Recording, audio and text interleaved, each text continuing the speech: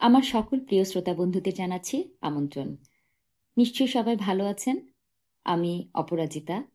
গল্প সমাহার বা অপরাজিতা চ্যানেলে আজকে পড়ছি অচিন্ত্যকুমার সেনগুপ্তর লেখা একটি ছোট গল্প। আজকের গল্পের নাম হাওয়া বদল। আশা করি সঙ্গেই থাকবেন। দোতলায় সিঁড়ি ছাড়িয়েও একটা লাইন উঠেছে। সেই লাইনের ঠিক মাথায় ১ নম্বর কৃষ্ণলাল দাঁড়িয়ে। এর বেশি আর এগোনো যাবে না। নিজেই একটা দাড়ি টানল। তীক্ষ্ণ লক্ষ্য রাখল কেউ সিট ছেড়ে ওঠে কিনা। উঠলে টুক করে বসে পড়বে। লাইনে ১ নম্বর হয়ে দাঁড়ানোও ভাগ্যের কথা। কিন্তু বসতে পেলে সহজে কেউ উঠতে চায় না। রড নেই, শুধু সিটের পটি ধরে কতক্ষণ দাঁড়ানো যায় স্থির হয়ে। হঠাৎ পেছন থেকে একটা লোক ধাক্কা মারল। কৃষ্ণলাল ভাবল এ বুঝি ভিড়েরই স্বাভাবিক ব্যবহার। গ্রাহ্য করল না। ছেলার সঙ্গে পিছনে এবারে স্পষ্ট আওয়াজ এলো, এগোন। ঘাড় ফিরিয়ে একবার দেখল কৃষ্ণলাল। মৃদুস্বরে বলল, আর এগোনো যাবে না। আপনি না এগোবেন তো আমাকে পাশ দিন, আমি এগোই। এর বেশি এগোনো বারণ। বারণ? পিছনের লোক তখনই ফনা তুলল। বারণ মানে বিপজ্জনক। সামনের দিকে ভিড় করলে বাস উল্টে যেতে পারে। তাতে আপনার কি? আমার কি মানে? আমিও তো উল্টব। বসা লোকগুলির মধ্য থেকে কে একজন হঠাৎ বলে উঠল, আপনি তো অনেক আগেই উল্টেছেন। কে না কে কি বলছে, কাকে উদ্দেশ্য করে বলছে, মনোযোগ করল না কৃষ্ণলাল। সরুন। পিছনের লোক জঙ্গি লাটের মতন তম্বি করে উঠল। দৃঢ় থেকে অথচ শান্ত স্বরে কৃষ্ণলাল বলল, বলেছি তো এই পয়েন্টের বেশি এগোনো সম্ভব নয়। লোকটা মুখিয়ে উঠল। কেন? যখন কন্ট্রাক্টর টিকিট দিতে আসবে তখন সে মাঝখানে গিয়ে দাঁড়াবে না? হ্যাঁ, তখন। তখন কি? সে অচিহ্নিত যাত্রীটি খেঁকিয়ে উঠল। উনি ভেবেছেন সমস্ত যুক্তি কেবল ওরই দিকে, অন্যদিকে কিছুমাত্র যুক্তি নেই। কিন্তু কন্ট্রাক্টর যখন এসে দাঁড়াবে তখন? ঠিক বলেছেন, তখন। যাত্রীটাকে এক নজরে তাকালো কৃষ্ণলাল। চিনতে পারল না। সেদিকে চোখ না দিয়ে পিছনের লোককেই লক্ষ্য করল কৃষ্ণলাল। বলল, কন্ট্রাক্টর তো একজন। সে আর কতক্ষণ দাঁড়াবে? ভাড়া নিয়ে নেবে, চলে যাবে। আর আপনি প্যাসেঞ্জার। আপনি যদি দাঁড়ান, আপনার নজির দেখিয়ে আরও প্যাসেঞ্জার গিয়ে দাঁড়াতে পারে। তাহলেই তো কুপকাত। সুতরাং যেখানে আছেন সেইখানেই থাকুন। সেই গায়ে পড়া যাত্রী মন্তব্য করে উঠল, এখনো বক্তৃতা মারে দেখি, নজির দেখায়। খবরদার, এক জায়গায় থাকবেন না মশাই। কেউ থাকে না, সবাই এগোয়, উন্নতি করে। বলে কিরকম বিষাক্ত শব্দে হেসে উঠল। পাগল নাকি লোকটা? কৃষ্ণলাল একটু স্থির দৃষ্টিতে দেখতে চাইল। কেমন চেনা চেনা লাগছে না? পিছনের লোকটাও নিবৃত্ত হয় না। ঠেলা মেরে বলল, আমার দেখা দেখি আরো অনেক যাত্রী উপরের ডেকে এসে দাঁড়াইতে চাইবে, এ আপনি অনুমান করছেন কেন? আর কেউ আসছে? আসতে কি চাইছে? আসতে চাইলে ঠেকাবেন কি করে? একটা প্রিন্সিপাল তো মানতে হবে। শুধু নজির নয়, প্রিন্সিপাল দেখায়। কুলের বার হয়ে যাবার পরেও শাস্ত্র আওড়ায়। এবার কৃষ্ণলাল একটু সূক্ষ্ম করে তাকালো। সেই নীলফামারীর অনঙ্গমোহন না? হ্যাঁ, সেই তো, ঠিক সেই।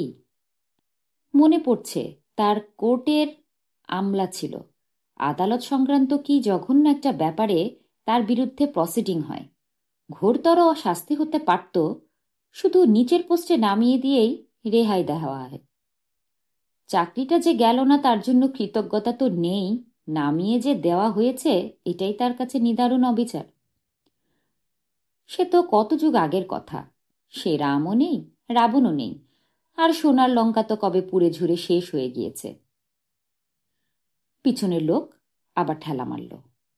সঙ্গে এই ব্যাগটা আছে বলেই আপনাকে সরে যেতে বলছি, দাঁড়াতে অসুবিধে হচ্ছে।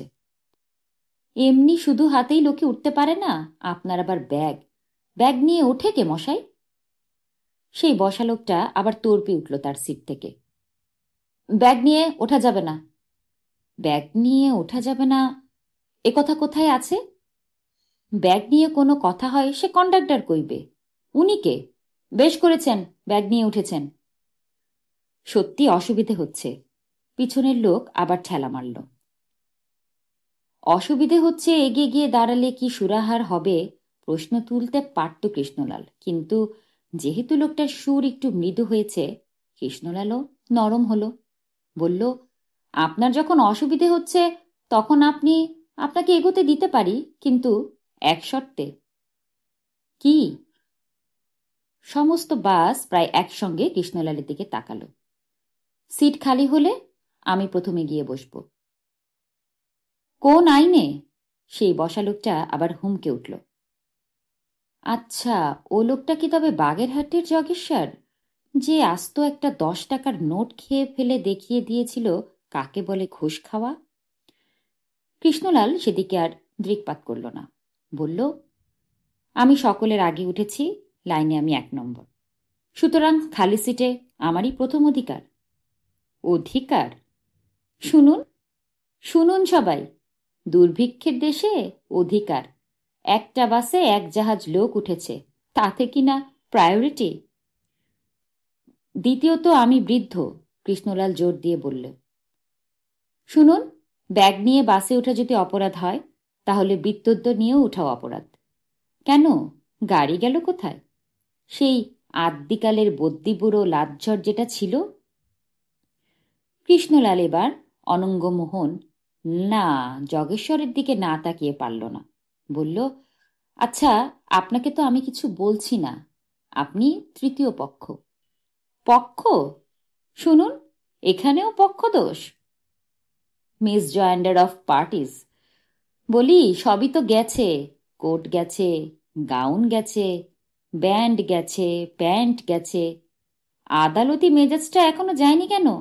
সামান্য বাসে দাঁড়ানো নিয়ে জজিয়াতি ফলাচ্ছেন, অধিকার শোনাচ্ছেন। আপনি কাকে কি বলছেন?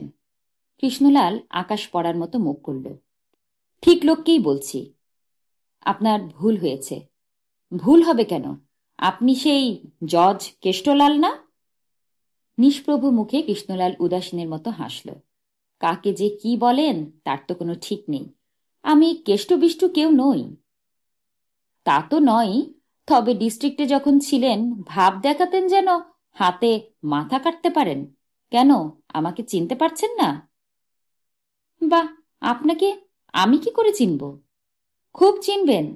আমি সেই রাজশাহীর কপিল ভাদুরী, যাকে ইনসাবঅর্ডিনেশনের জন্য ডিমোট করে দিয়েছিলেন, কি মনে পড়ে? মুখের উপর কথা বলেছিলাম, উত্তর দিয়েছিলাম, এই তো অপরাধ। তার জন্য লোকে বড়জোর 5 টাকা ফাইন করে নিজের পোস্টে কে নামিয়ে দেয়। কি জঘন্য ভিন্ডিকটিভ আপনি! আপনার আগাগোড়া ভুল হচ্ছে, কৃষ্ণলাল প্রশান্ত স্বরে বলল।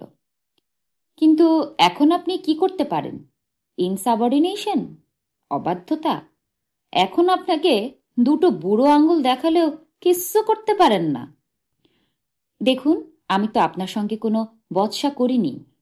অদ্ভুত ঠান্ডা গলায় কৃষ্ণলাল বলল, আপনি কেন লাগছেন? 100 বার লাগব। সমস্ত বাসযাত্রীর পক্ষ থেকে বলবো। নিজেও এগোবেন না, অন্যকেও এগোতে দেবেন না, এ সাংঘাতিক অবিচার। আপনি আবার আইন দেখান, প্রিন্সিপাল দেখান। রিটায়ার করেছেন, বনে চলে যান, কে পৌঁছে আপনার আইন?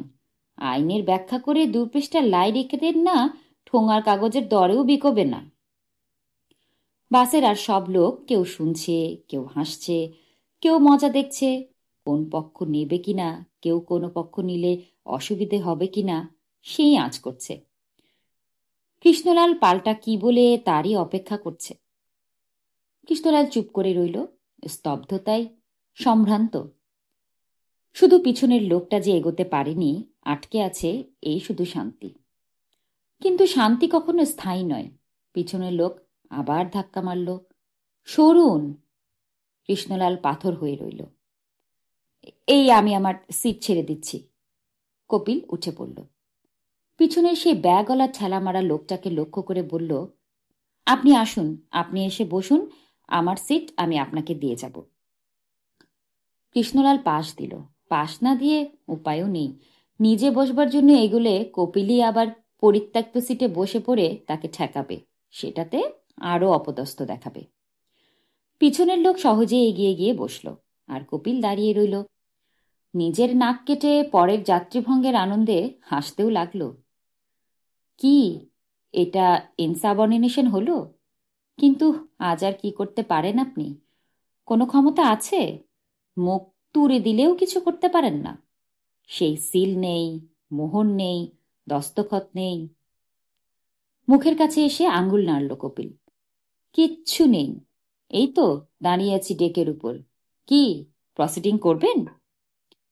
তারপর সরে এসে কৃষ্ণলালের সামনে পিছন ফিরে দাঁড়ালো, বলল, কি, আমি তো এখন 1 নম্বর হয়ে গেলাম। এখন সিট খালি হলে প্রথম বসবার অধিকার কার? আপনার না আমার? প্রিন্সিপাল কি বলে? কৃষ্ণলাল কথা বলল না। দেখা গেল পরের স্টপেই নামছে কপিল। কি, এবার সরবেন তো? না, নামবার বেলাও আপনার অধিকার আগে হবে।